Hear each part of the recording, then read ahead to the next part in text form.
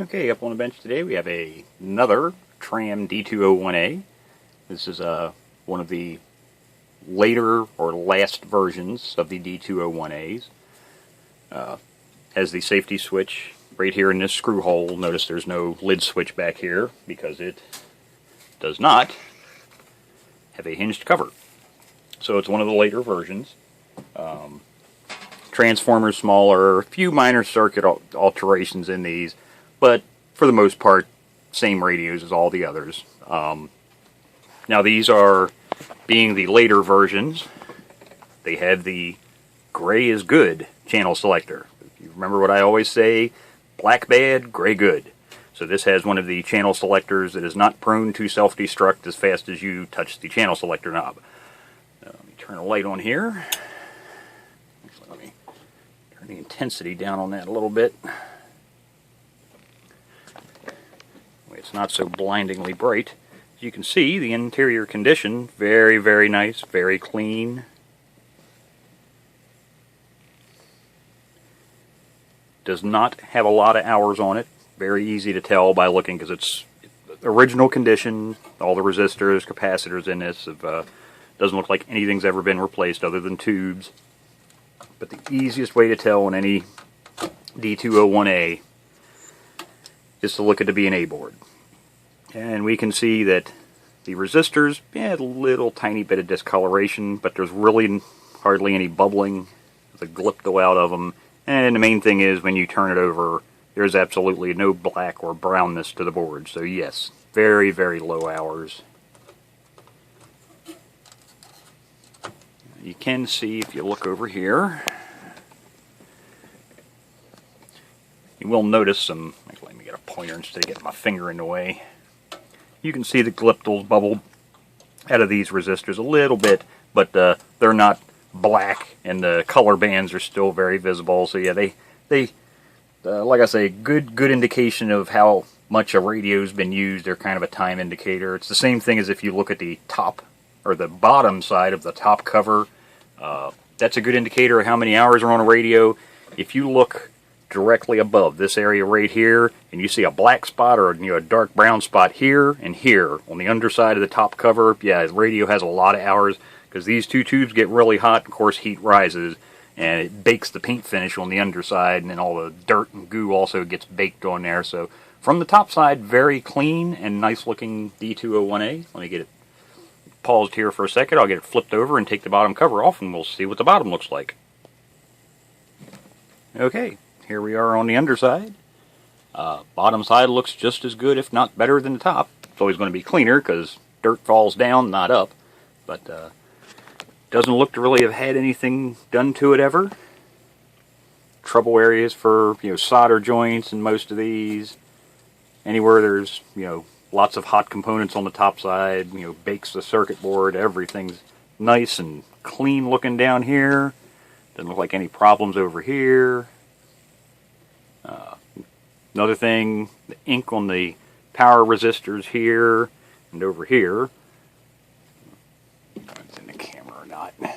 And here, ink is still nice and dark black, so another indication doesn't have a lot of hours on it.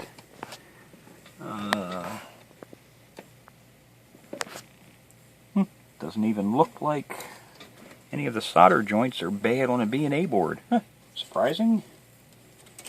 And because if you have two locations, it's one of the first things to check. If you're having problems, especially intermittent problems with your tram, solder joints right here. These are the pins for on the bottom side of the board where those header sockets are on the top that the B&A board plugs into. And then all of these solder connections underneath of this wiring harness that run along here, they go to that other circuit board. It stands up normally on the right side of the radio. It's on the left now that's upside down. But check all of these pins. Another extremely common problem area. Those solder joints will be pulled loose. So this one, yeah, even those look good. So definitely low hours on this thing. So another really nice one. Been seeming to get a good many of these in recently. They're in really nice shape. Just need their 100,000 mile service done. So looks like the only thing I really need to do, change out all the electrolytic capacitors, change all the high wattage resistors, probably a transceiver alignment, and this critter will be good to go for several more decades. So once I get it all done, unless I run into any problems, if I do find any problems, I'll go through the diagnostics on that, see what any problems it might have. But from the looks of it, I doubt it's going to have anything. If it is, just going to be a little intermittent problem probably. Because you got to remember, it is a tube radio. It's old. You can completely restore one of these things, turn around tomorrow, and it has a problem. It happens from time to time. You've got mechanical stuff in here, mechanical being tube sockets, those are mechanical. You end up with an intermittent connection there, relays, the relay socket because it's a plug-in relay in these. So there can always be little gremlins you need to get worked out, but for the most part this one looks good, so I don't suspect we'll have any problems. So once I get her all completed, I'll show what it looks like done, and we'll do some test measurements on it, see what its receiver sensitivity is like, and what transmit looks like. It's ought to be a very good working radio, so shall return later. Okay, if you happen to hear and it sounds like I'm in a bowling alley, I'm not. I'm actually in the middle of a big lightning storm right now, so yeah, all the test equipment, everything's unplugged, because I got, when I was a kid, I got zapped by lightning directly through an antenna line when I was in my early teens. So yeah, Mike doesn't play. Mike plays with high voltage, but Mike doesn't play with voltage that high when it comes to lightning bolts. So lesson learned as a kid: never touch anything electronic when the big gigantic arcs are falling out of the sky. So I had just fired this thing up and was getting ready to do the alignment on it, check it over, make sure all the functions are working properly. So yeah, now everything's unplugged, so good place just to quick go over it. So all the electrolytic capacitors, the high voltage, all those, and all the low voltage, so the BA board, all in the balanced modulator. There's a couple other ones hidden around here. There's one right there, one under there, and there's a little tiny one tucked down under there and there. All those have been replaced. And of course all the high wattage resistors have all been replaced. All of the 1 watts upgraded to 2, the 2s to 3, or even 5 in some cases. All the ones down here. The 7 watt one here was upgraded to a 10. So all of that's done, everything's together. Was working fine. Everything that I had tested so far up until the point where I finally felt, yep, it's time to unplug it. So doesn't look like there'll be any problems. So there's pretty much the completed view of the top. So let me get it flipped over so you can see the bottom side. And here's a view of the bottom side.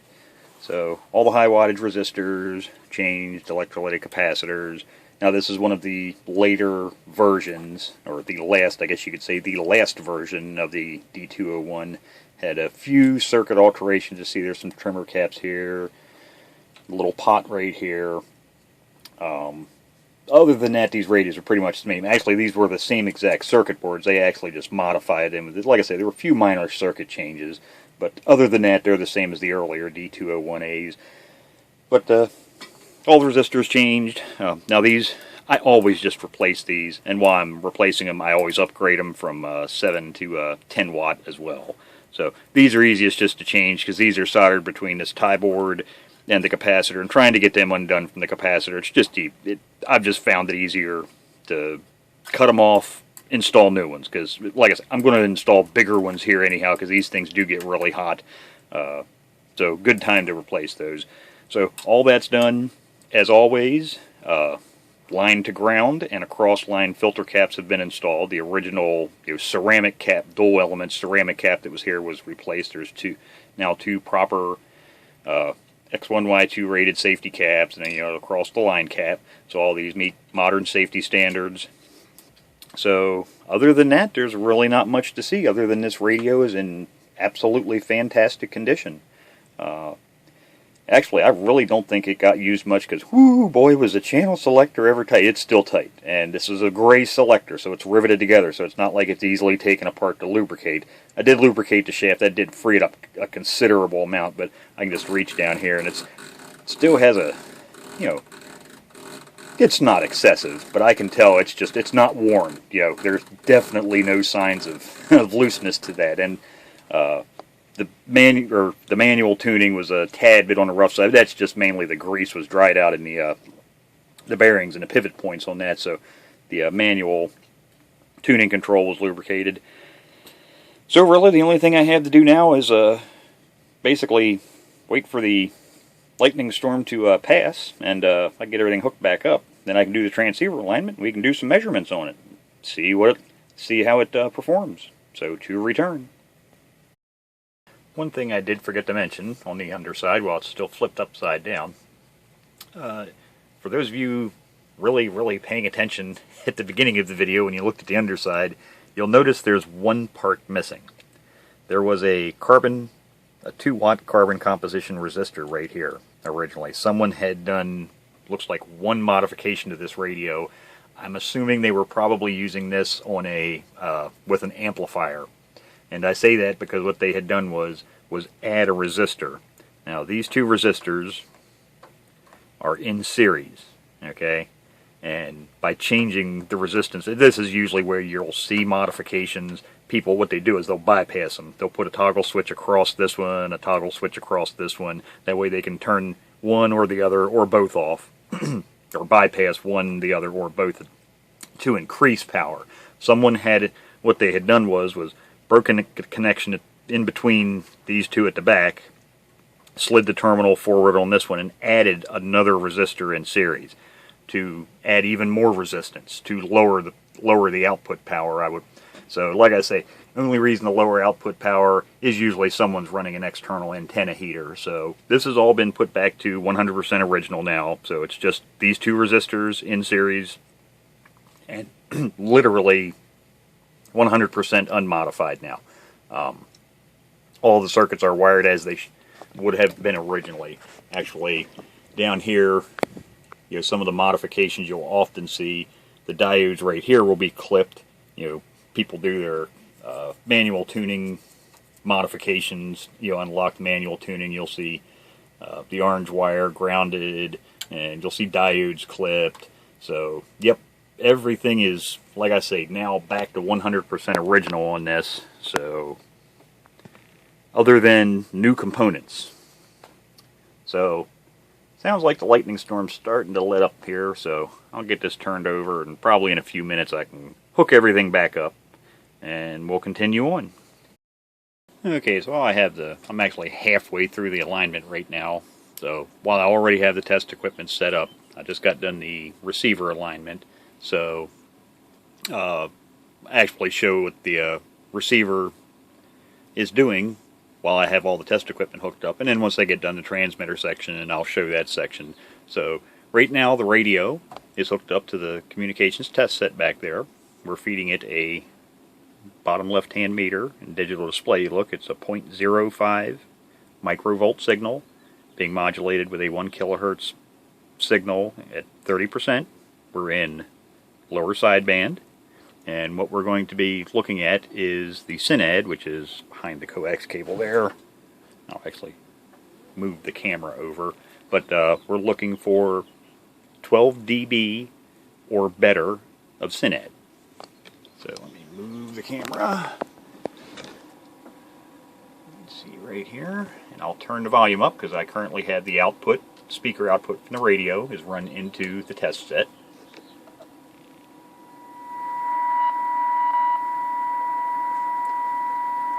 So you can see we have, I'd say, right at 20 dB synad, fluctuating 19.9, 20. So yeah, it's a little over, a little under. So yeah, right at 20 dB, and you can see that's at 0.05 microvolts or minus 133 dBm.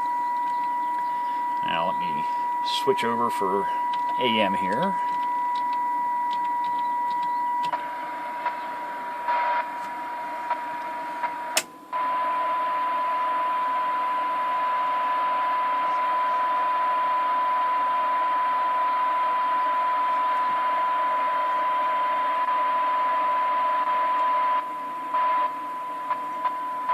I'd say right about there.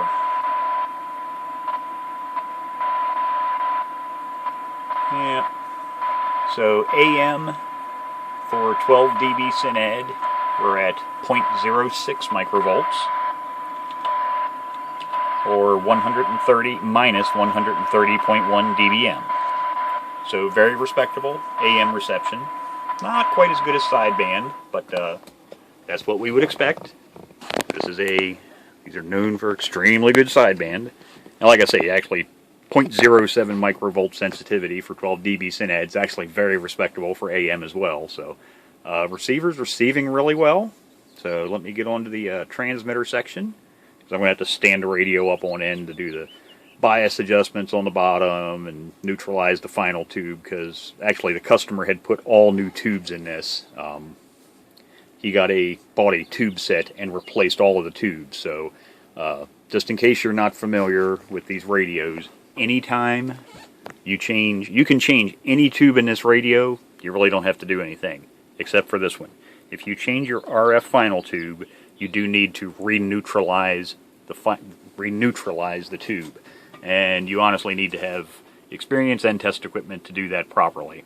So you can change any tube in here till your heart's content, but if you ever change this one, you're going to need to send it back to a tech to have the final neutralized. So I'll get the transmitter section done, and we'll return for some transmitter measurements.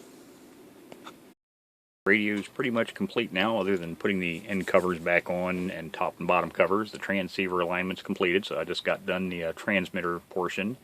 It's a completely unmodified radio, and it's set at right at specification output levels. So it does 4 watts dead key, and right now I have it set or hooked up into the CB Service Master, and then the output of this comes into this oscilloscope. So zoom into that, turn the audio generator on.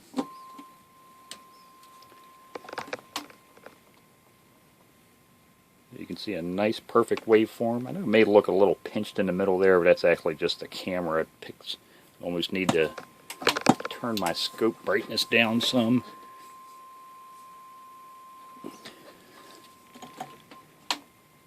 Yeah, it's not as bad. Yeah, like I say, the screen just so bright, it's overpowering the camera a little bit, I think. But so AM looks really good, not distorted at all, and then transmit, go to sideband, audio, 1, 2, audio, 1, 2, audio, 1, 2, 1, 2, audio, 1, 2, 1, 2. So it's doing between 14, maybe, peaking at 15 watts on sideband. So there you go. Another Tram D201A, ready to be put back in service for a few more decades. And like I say, this one's just immaculate condition. You couldn't ask for a nicer looking radio. So I hope the customer really enjoys using this one.